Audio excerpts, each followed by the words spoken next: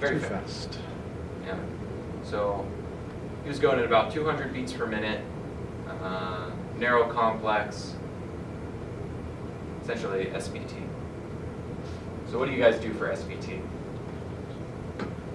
Initially vagal maneuvers. Vagal maneuvers?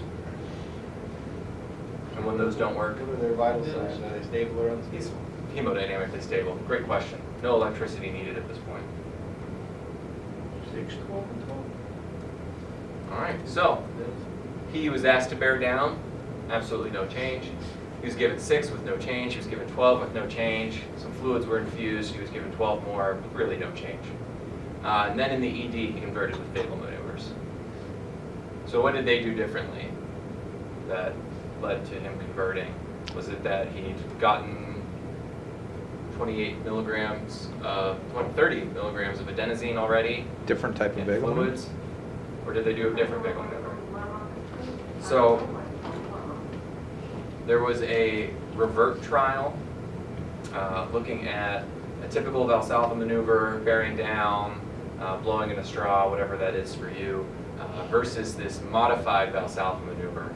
And the modified maneuver had over double the effective rate.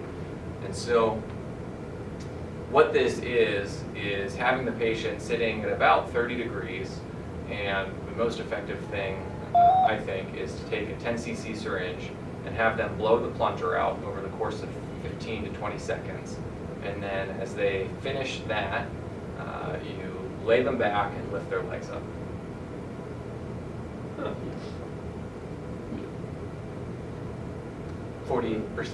Almost 45% success rate.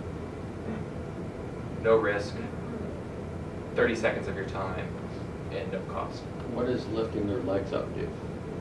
It causes a rush of the blood from their legs into the heart.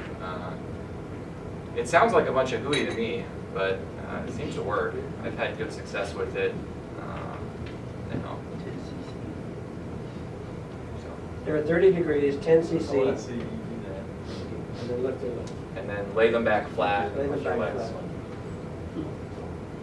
When this occurred and this went through, and I heard, this is the main reason I had him put this in, because none of us had ever heard of this before. You know, and I had heard once or twice using the syringe, but never the leg part. Yeah, this study just came out like 6 months ago. So this is a new and exciting treatment for SVT. It's not quite as much fun as giving adenosine, and certainly not as much fun as shocking somebody, but But it works. it works. So I now ask for the stable SVT. First of all, I don't give 6 milligrams of adenosine. I start with 12. And I now ask for them to get the adenosine while I do this. And unfortunately, about 50% of the time for me thus far, it's worked. So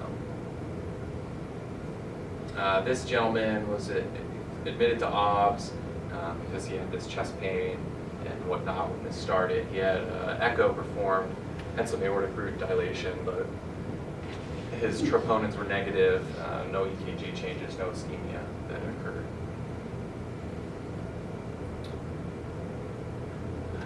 I wouldn't want to get this call. 36-year-old woman, pregnancy/childbirth. So dispatched at 3 o'clock. Patient found in bed for planned home birth. Time of birth was 2:48. The placenta had not delivered, which, looking at it, I think is why they ended up calling. And she had hemorrhaged out 600 cc's of blood. The placenta did deliver shortly after arriving there. The patient was transferred to Riverside. Bleeding was controlled on its own. What do you guys think about this? Do you guys like getting calls for the imminent birth? Yeah. Have any of you guys delivered babies? Good Lord, what's that? It's an Amber Alert. Amber Alert. For exciting. Yeah, do you have?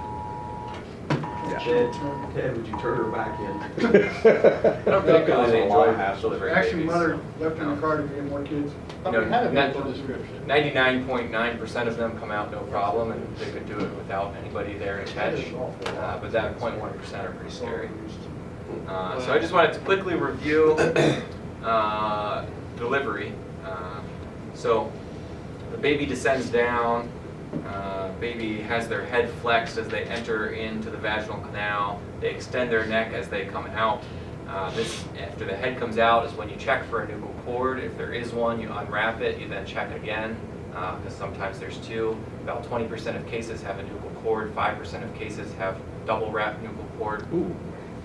And then the baby turns either to the left or to the right, kind of on their own, they decide. You use downward pressure to deliver the anterior shoulder, and then the thing just pops out. And they're really gross and slimy, and they smell bad. Hey, Brad, Don? Yeah. We just got jinxed. You said that this morning, you brought it up. We were talking about it, so we haven't delivered a baby in a long time. It's kinda- Yeah, so it's gonna happen today, huh? Yeah, you haven't yelled my name in a while. And then after that, the placenta will deliver at some point. So, dry the baby off, baby on mom, resuscitate the baby if necessary. Questions about uncomplicated childbirth? Me neither. So then she had 600 cc's of bleeding. So what would you guys do for a postpartum hemorrhage that were occurring in front of you that somebody had decided to deliver at home and they were part of the 5% that has significant postpartum bleeding? Massage the